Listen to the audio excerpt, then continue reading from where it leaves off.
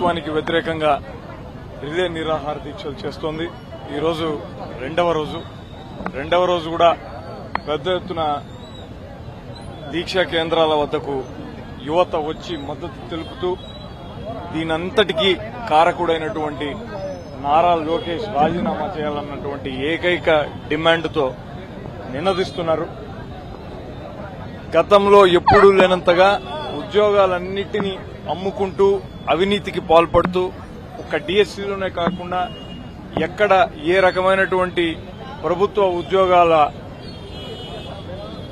Notification విడుదలైనా దాంట్లో అక్రమాలు చోటు చేసుకుంటున్నాయి. ఉదాహరణకు తిరుపతిలో స్విమ్స్ లో గాని టీటీడీ ఇంజనీరింగ్ డిపార్ట్మెంట్ లో గాని పెద్ద ఎత్తున అవినీతి జరిగిందన్నటువంటి ఆరోపణలున్నాయి. వీటన్నిటి వెనక ఉన్నటువంటి ఏకైక వ్యక్తి తెలుగుదేశం పార్టీ నెంబర్ 2 నారా లోకేష్ అనేటటువంటి అనుమానాలు బలపడుతున్నాయి.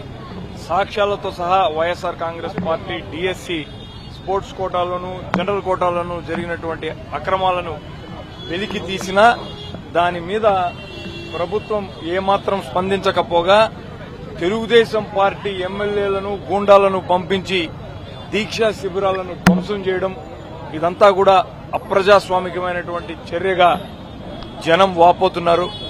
ప్రజాస్వామ్యంలో డైలాగ్కి ఒక అవకాశం ఉండాలా, అలాంటి అవకాశమే లేకుండా ఒక కాన్వర్సేషనే లేకుండా ఏకపక్షంగా పరిపాలించాలనుకునేటటువంటి ధోరణి నియంతృత్వానికి దారితీస్తుంది.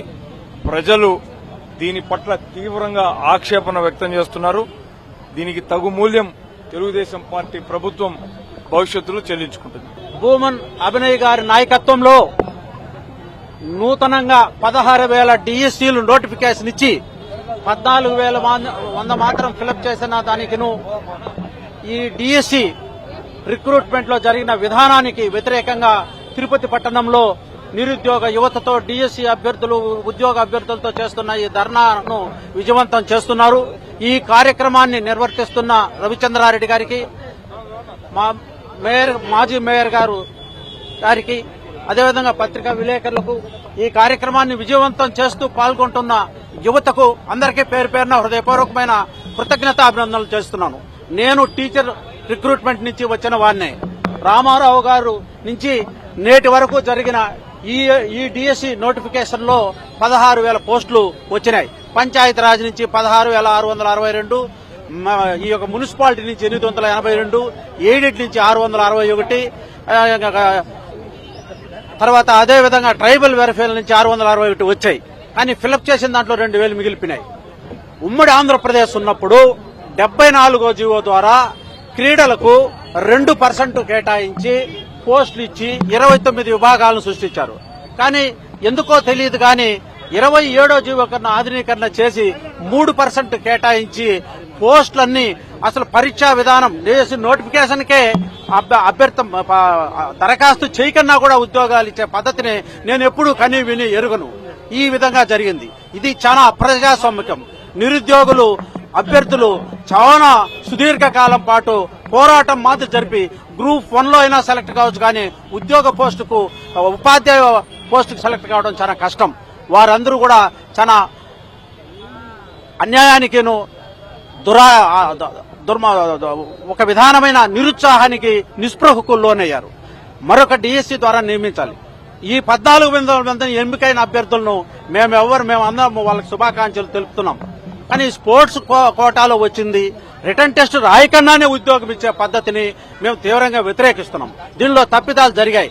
ఈ డిఎస్సీ నోటిఫికేషన్ వచ్చినప్పుడు నేను అనుభవపూర్వకంగా చెప్తున్నాను, 8 డిఎస్సీలు చూశాను.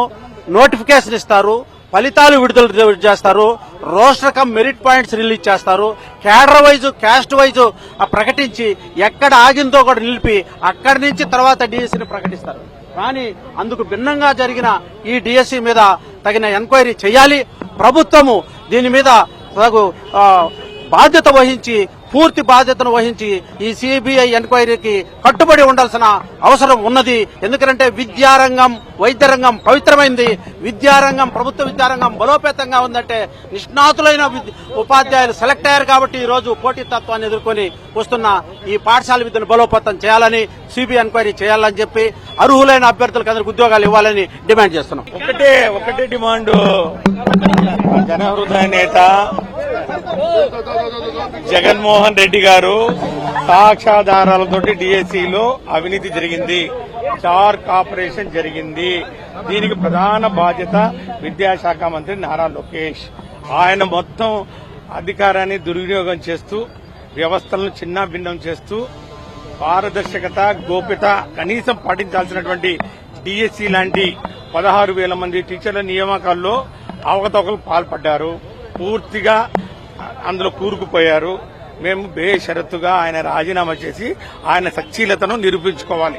విద్యాశాఖ అంటే ఏంటి? విలువలతో కూడినటువంటి విద్యను అందిస్తామని, విలువలు, తర్వాత నైతికత ఇవన్నీ నేర్పించే పిల్లలకు నేర్పించే మంత్రి విద్యాశాఖ మంత్రి. ఆయన ఈ విధంగా బ్యాక్ డోర్ లో తెలుగు తమ్ముళ్లకు ఉద్యోగాలు ఇచ్చే కార్యక్రమం చేస్తా ఉన్నారు. ఆయన ఖచ్చితంగా రాజీనామా చేయాల్సిందే. ఆయన రాజీనామా చేసి ఆయన సచ్చీలతను నిరూపించుకోవాలి. ఒక ఇండిపెండెంట్ సిబిఐ ఎంక్వైరీ వేయాలి. అట్లాగే పెండింగ్ లో ఉన్నటువంటి ఫీ రియంబర్స్మెంట్ కానివ్వండి, నిరుద్యోగ వృత్తి 20 లక్షల ఉద్యోగాలు చేస్తామన్నాడు. ఆడ తెచ్చాడు? చూపిస్తే మేము అడగం. లేకపోతే ఎలక్షన్ లో ఇచ్చినటువంటి హామీ ఏదైతే ఉందో 3,000 రూపాయలు నిరుద్యోగ వృత్తి ఇప్పటికీ 3 ఏళ్లు అవుతుంది. అంటే ఒక్కొక్క నిరుద్యోగ యువత మీద ₹1,00,000 బాకీ ఉన్నాడు. ఈ కూటమి ప్రభుత్వం చంద్రబాబు నాయుడు వాళ్ళ కొడుకుని ఎంతవరకు కాపాడుకుంటే చూద్దాం. జన్ జెడ్ వచ్చేసింది. ప్రభుత్వాలే పెద్ద కేంద్ర ప్రభుత్వాలే దిగొస్తున్నాయి.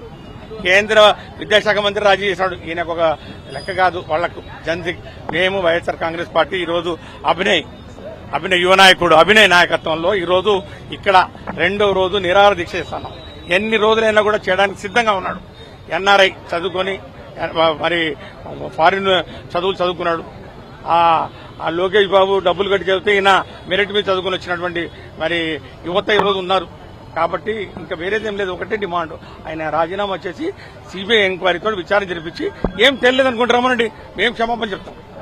అంతేగాని అది అడ్డం పెట్టుకుని డైవర్షన్ పాలిటిక్స్ తోటి మెగా టీచర్ పేరెంట్ మీటింగ్, యోగాని పబ్లిసిటీకి వందల కోట్లు ఖర్చు పెడుతుంది ప్రభుత్వం. సంక్షేమ పథకాలు లేవు, అభివృద్ది లేదు. ఖర్చు పెట్టిందల్లా ఒకే దానికి పబ్లిసిటీ. దానికోసం మసిపూసి మారేడుకాయ చేసేస్తున్నారు. ఇది ఎంత మాత్రం వాళ్ళు తప్పించుకునేది లేదు. ప్రజా కోర్టులు ఖచ్చితంగా దానికి సమాధానం చెప్పాలి. మాజీ ముఖ్యమంత్రి జగన్మోహన్ రెడ్డి భద్రత విషయంలో గాలి కుదిరేస్తారు. Too much.